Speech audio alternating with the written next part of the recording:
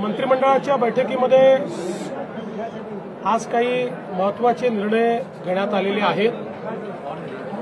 यामध्ये विशेषतः गेल्या काही महिन्यांमध्ये सातत्याने महाराष्ट्रामध्ये जी अतिवृष्टी झाली आणि त्यामध्ये शेतकऱ्यांचं जे काही नुकसान झालं या संदर्भात एक आढावा आम्ही घेतला। जवळपास 60 लाख हेक्टरचं नुकसान हे झाल्याचा प्राथमिक अंदाज आहे। यापैकी पहिल्या टप्प्यातलं जे काही नुकसान होतं ऑगस्टपर्यंतचं त्याकरता 2215 कोटी रुपये हे राज्य सरकारने वितरित करणं चालू केलेलं आहे। ई-केवायसीचे जी काही अट होती ती शिथिल करून ॲग्रीस्टॅकच्या रेकॉर्डप्रमाणेच हे पैसे देण्याचा आम्ही निर्णय घेतलेला आहे आणि त्या संदर्भातली कारवाई आम्ही सुरू केलेली आहे। असाही निर्णय करण्यात आलेला आहे की आता पुढच्या 2-3 दिवसात सगळ्या प्रकारची माहिती आमच्यापर्यंत पोहोचेल। काही ठिकाणी पाणी असल्यामुळे योग्य प्रकारचं असेसमेंट घेता येत नव्हतं आणि म्हणून त्यांना अधिकचा वेळ आपण दिलाय। पुढच्या 2-3 दिवसात ही सगळी माहिती पोहोचेल। त्यानंतर शेतकऱ्यांना करावयाची मदत असेल,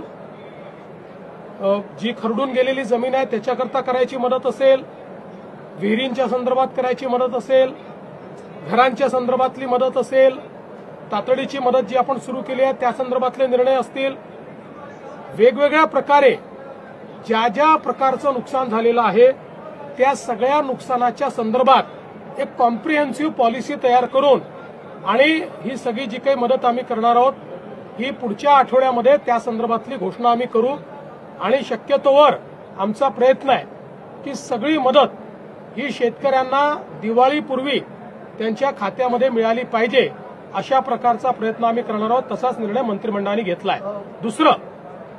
दुसरं मंत्रिमंडळाने हाही निर्णय घेतलेला आहे, सातत्याने ओला दुष्काळाची मागणी होत असते पण मॅन्युअलमध्ये ओला दुष्काळ कुठेही नाही, आजपर्यंत कधी ओला दुष्काळ जाहीर झालेला नाही। तथापि आम्ही हा निर्णय घेतला की ज्यावेळी दुष्काळ पडतो त्यावेळी ज्या ज्या उपाययोजना आणि सवलती आपण देतो त्या सगळ्या सवलती आता यालाही म्हणजे दुष्काळ तर त्याला टंचाई म्हणतो आपण, तशाच प्रकारची दुष्काळी टंचाई पडली आहे असं समजून त्या सगळ्या सवलती याही वेळी लागू करण्याचा निर्णय हा राज्याच्या मंत्रिमंडळाने घेतलेला आहे। त्यामुळे जी काही मागणी होती की त्यावेळच्या सवलती लागू झाल्या पाहिजेत किंवा ओला दुष्काळ जाहीर करायचा अर्थच तो असतो की त्या सवलती लागू करा, तशा सगळ्या सवलती या लागू करण्याचा निर्णय हा राज्याच्या मंत्रिमंडळाने घेतलेला आहे। मी आज यापेक्षा अधिक सांगणार नाही कारण आता ही सगळी नुकसानाची आकडेवारी जमा होतेय, ती पूर्ण जमा पुढच्या 2-3-4 दिवसात होईल आणि जसं मी सांगितलं लवकरात लवकर पण कुठल्याही परिस्थितीत पुढच्या आठवड्याच्या आत आपल्याला या संदर्भातली जी काही मी शिंदेसाहेब आणि अजितदादा आम्ही बसून या संदर्भातला निर्णय घेणार आहोत आणि त्या संदर्भातली घोषणा आम्ही करू। आज राज्याच्या मंत्रिमंडळाने आज अजून काही महत्त्वपूर्ण या ठिकाणी निर्णय केलेले आहेत ज्याच्यामध्ये राज्याची एक सर्वंकष कॅन्सर सेवा policy, comprehensive cancer care policy ही आपण तयार केलेली आहे।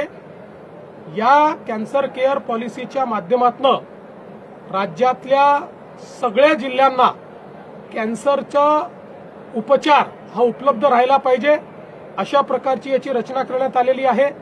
याच्यामध्ये L1 apex centre, L2 centre आणि L3 सेंटर याचं जाळं आपण तयार करतो आहोत जेणेकरून कोणालाही कॅन्सर सारख्या या बिमारीची ट्रीटमेंट मिळण्याकरता त्यांच्या जिल्ह्यामध्येच जवळपास महत्त्वाच्या गोष्टी उपलब्ध असतील। काहींना काही गोष्टींकरता L2 सेंटरला काही ठिकाणी जावं लागेल पण याच्यामुळे खूप मोठ्या प्रमाणात कॅन्सर याचा जे काही रोगनिदान आणि त्याच्यावर उपचार आहेत त्याची सुलभता आणि त्याची कॉस्ट कमी करणं हा याच्या पाठीमागचा उद्देश आहे। हे देखील राज्याच्या वतीने आम्ही करणार आहोत। आज राज्याने आपली GCC पॉलिसी ही देखील या ठिकाणी मान्य केलेली आहे। जीसीसी म्हणजे ग्लोबल कॉम्पिटिटिव्ह सेंटर या